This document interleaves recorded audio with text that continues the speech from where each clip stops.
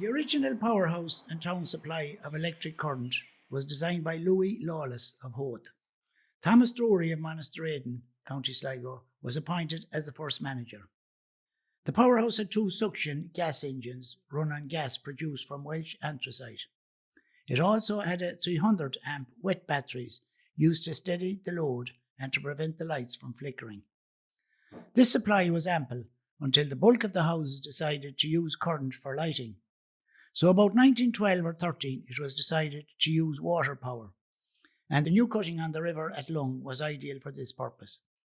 The actual work of digging the cutting from Ahlistia to the bridge at Lung was done by pick and shovel, and men from the districts were billeted in Denby's of Pound Street and celebrated on Friday nights after being paid. In 1925, a new design of turbine was installed by Vickers of Barrow and Furness. It was a great success and was remotely controlled from the powerhouse by a 2-way electric motor.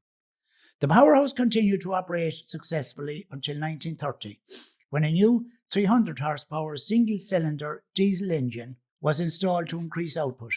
It continued to operate well until 1933, when the ESB came. All the equipment was sold by auction, and the new design went to Donegal. When Ballaghaderreen town was connected to the ESB supply in 1934, there were 204 customers. The Bishop's Palace was connected shortly after the town.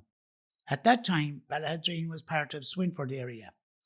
Monastereden and the surrounding villages were connected in 1954-55, while the remainder of the Ballaghaderreen rural area was connected in 1961-62. At that time, the population of Ballaghaderreen was around 1,500, and there were 77 pub licences. The charge for electricity was 4p a unit.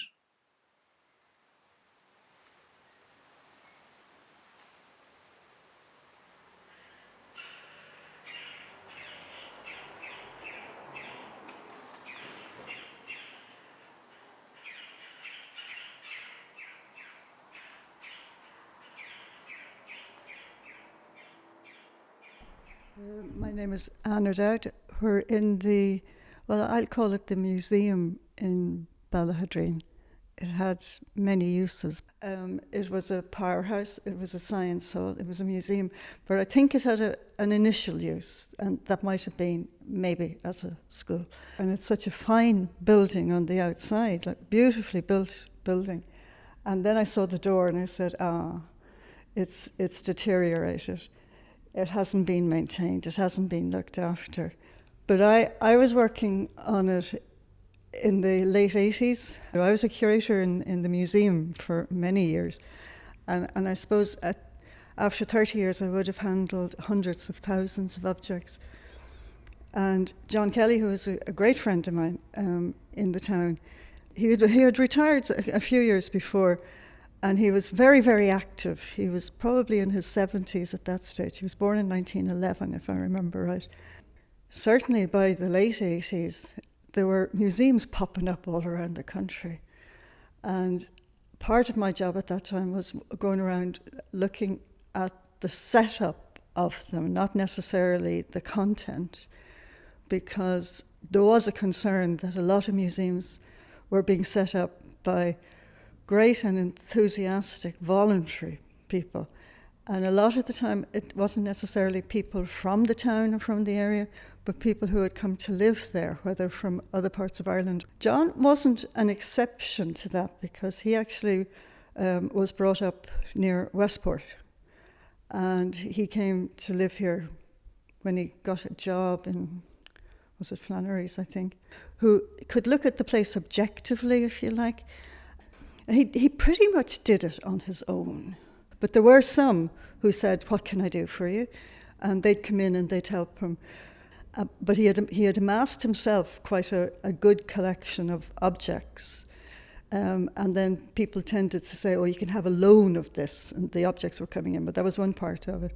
So I asked my boss in the museum, the National Museum, if I could come down and get it going for him, get the objects in the cases, etc., etc. The black cases, the ones along the walls, are all ex-National Museum, and they're still painted black. Now these are These would be early 20th, late 19th century cases, museum cases. But they were painted black because Queen Victoria had died, what was it, in 1901? So they painted all the cases black, and they're still black. Pure mahogany cases with very thick glass in them. The place is actually, it feels the same, very, very much so. And I think that's attributable to the building itself. The building is solid. A straw donkey collar and a straw hat presented by John McHugh, the Fiddler's Elbow, the Square Ballaghaderreen. But yeah, it's a straw boy's hat, and then a plaited straw horse collar with the wooden and metal hames. Well, I know a lot about these because I've studied the use of straw and hay and rushes in Ireland. And I know that the straw harness, it wasn't necessarily a sign that people were very poor. It was so much better than that. It was a sign that people were practical. People did, not just tended, but they did spend their money very wisely. And why spend money on a leather collar when you could make one out of straw yourself? You save the money for something else. So these were still being made in the 1960s in Ireland. But the two of them are beautifully made. They really are. They really are fine pieces. And the collar would work, there's no doubt that the collar would work. It's put together very, very well. Beautiful. There's a bit of mould on them, but, I would have expected that to have fallen right down. So it just shows that the building itself is solid,